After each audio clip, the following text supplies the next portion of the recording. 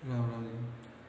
आज हम इस विषय पर चर्चा करेंगे कि जो गुरु नानक देव जी का अनमोल शब्द हैं, नानक दुखिया सब संसार।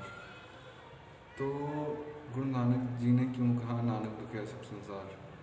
क्योंकि सारी दुनिया में जो इंसान है, कोई ना कोई दुख हर किसी को है ही है। अगर कोई गरीब है तो वो दुखी है, उसका तो पता लगता है कारण की गरीबी है। लेकिन हैरानगी की बात है कि अमीर भी दुखी है। अगर कोई कुरूप है तो उसका तो पता लगता है कारण दुखी होने का कि सुंदरता उसके पास नहीं है। लेकिन हैरानगी की बात है कि सुंदर भी दुखी है।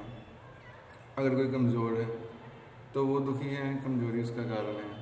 लेकिन हैरानगी की बात है कि पहलवान से पहलवान व्यक्ति भी दुखी है। तो इससे हमें ये पता लगता है कि हर किसी को कोई ना कोई दुख है ही है। सिर्फ गरीब ही नहीं दुखी, अमीर भी दुखी है। उसको कोई और चिंताएं हैं, कोई हेल्थ इश्यूज़ हैं, कोई उसकी सेहत नहीं ठीक रहती, या परिवार में किसी की नहीं बनती, घर में क्लेश पड़ा हुआ है। कोई ना कोई दुख हर किसी को लगा ही होता है। किसी का कोई सगा संबंधी बिछड़ जाता है, किसी का कोई धोखा दे जाता है, कोई ना कोई दुख हर एक को लगा ही हुआ है। तो एक बात और है, हम ज़्यादातर यही सोचते हैं कि हम में जो दुख है वही सबसे बड़ा है। लेकिन ये बात देखने में आई है कि जो दुख है वो सबको ही मिलता है। जैसे हम कहते हैं कि भगवान दुख तो दे लेकिन दुख सहने की शक्ति भी दे। लेकिन अगर मेरे सिर पे बोझ है और वो बोझ इतना है कि मैं उसे आराम से उठा सकता हूँ, तो वो दुख है ही नहीं। तो हमें दुख परमात्मा हमारी सहन शक्ति के मुताबिक ही देता है, ताकि हमारे कुछ पाप कम हो और हमारा कुछ संसार से जो नाता है, मोह है, वो दूर हो जाए। जैसे कि अगर कोई व्यक्ति विश्वासघात कर दे, या जो हम किसी के लिए करते हैं रिटर्न ना मिले, 100% रिटर्न तो किसी को मिलता ही नहीं है, तो भी हम दुखी हो जाते हैं। लेकिन दुखी होते हैं, उससे हमारा कनेक्शन टूट जाता है। फिर हम कहते हैं कि संसार निस्सार है, इसमें कोई है ही नहीं, कुछ भी नहीं, कोई किसी का नहीं है। तो परमात्मा की तरफ कुछ झुकाव होता है। तो ये जो दुख है वो भी झोली में परमात्मा ने डाले हैं हमें अपनी तरफ खींचने के लिए, नहीं तो हम संसार में ही फंसे रहें। तो अगर हर कोई दुखी है तो सुखी कौन है? गुरु नानक जी से पूछ लेते हैं सुखी कौन है। वो बोलते हैं वही सुखी जो नाम आधार, जिसका आधार नाम है, जो हर समय अपने मन में परमात्मा का नाम जपता रहता है, वही सुखी है।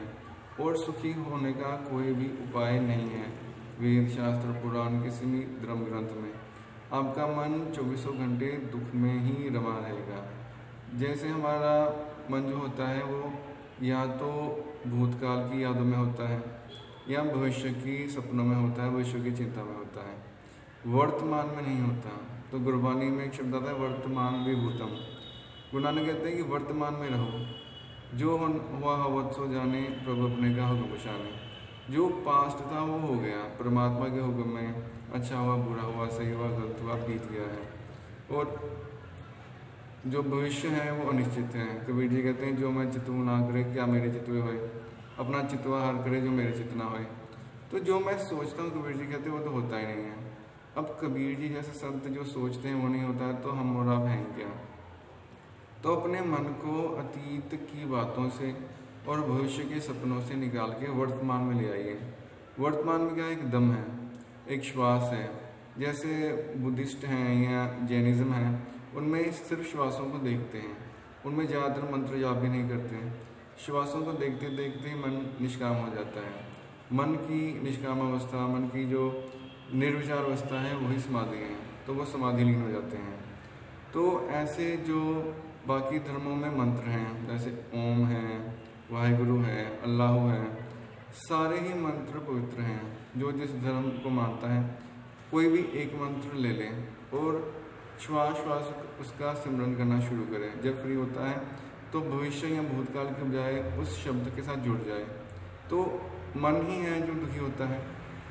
एक बच्चा जब गिर जाता है तो हम क्या बोलते हैं कि वो चींटी मर गई। वो उसका ध्यान डाइवर्ट करने के लिए हम बोलते हैं और उसका रोना बंद हो जाता है। तो इसमें हमने उसको कोई दवा तो दी नहीं, ना ही कोई मलहम वगैरह लगाई है उसके पैरों में या उसके हाथ में जहाँ वो गिरा है, चोट लगी है। सिर्फ उसका ध्यान भटका दिया और उसका दुख दूर हो गया। हमें भी वही करना है कि अपना ध्यान डाइवर्ट करके परमात्मा के एक शब्द में लगा देना है। तो जैसे ही मन स्थिर हो जाएगा, ये जो एक कंटिन्यूस मन बोली जा रहा है उसका बोलना बंद होगा, तो सच्चिदानंद हमारी अपनी अवस्था ही है। सच्चिदानंद हम खुद ही हैं, तो हम बिल्कुल शांत और सुखी हो जाएंगे। और एक संत था, संत सिंह मस्कीन जी ने बात सुनाई थी। उन्होंने पूछा मस्कीन जी से कि गुरु नानक कहते हैं कि नानक दुखिया सब संसार, लेकिन मैं आपको खुशी दिखा सकता हूँ। मस्कीन जी ने कहा ठीक है। तो अगले दिन वो आया, वो एक फूलों का गुलदस्ता लेके आया। बोला ये देखो, ये कितने खुश हैं, मुस्कुरा रहे हैं। मस्कीन जी हंस पड़े, बोलते हाँ ये तो मुस्कुरा रहे हैं, खुश भी हैं, इनमें दुख का कोई अंश नहीं है। लेकिन बोले कि अब ना गुलदस्ता लेके आए हो, रख दो, कल बात करेंगे। तो बोलता कल क्या होगा? बोलते ये जो फूल हैं कल ऐसे ही रहेंगे। तो वो संत बोला नहीं जी, ऐसे तो नहीं रहेंगे, मुरझा जाएंगे, उसकी सुगंध भी कम हो जाएगी। बोलते मस्कीन जी तो पर ये कहाँ से आई? बाहर से आई, बाहर से इसकी कमी होगी। बोलते नहीं, ये तो इसके भीतर से ही इसका मरना भी साथ में जुड़ा हुआ है। तो गुरु नानक ने कहा ऐसे ही जो हर एक इंसान है, अगर वो पूरी तरह से स्वस्थ भी है तो बुढ़ापा तो हर एक इंसान को लगाया हुआ है। धीरे धीरे बूढ़ा होगा और मौत भी आएगी, तो वो भी सबसे बड़ा दुख है। क्योंकि एक बूढ़ा व्यक्ति कोई भी काम सही ढंग से नहीं कर पाता, शरीर कमज़ोर हो जाता है, काफ़ी सारी बीमारियों का सामना करना पड़ता है। तो बुढ़ापे को भी धर्म ग्रंथों में बहुत बड़ा दुख कहा गया है, और इससे तो कोई भी नहीं बच पाया है। तो ऐसे नानक दुखिया सब संसार, वही सुखी जो नाम आधार। धन्यवाद।